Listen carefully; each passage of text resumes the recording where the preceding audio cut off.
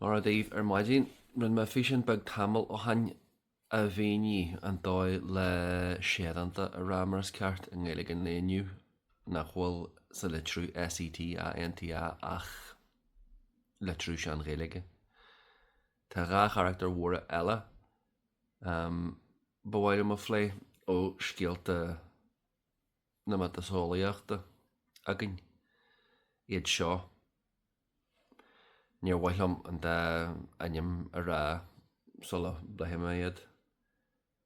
An sa chéadchan acu seo níl an san aim ach mór agus rian. An rian chearne atá san acail Mór-ríoghain.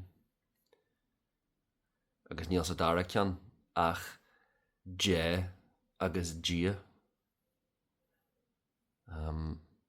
Nuair a deirtear Morrigan agus Dagda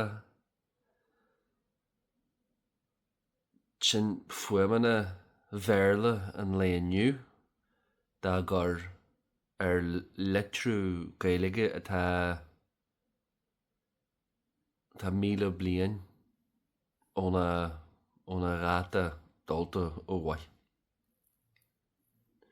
So a Mór-ríoghain a Deagh-dhia.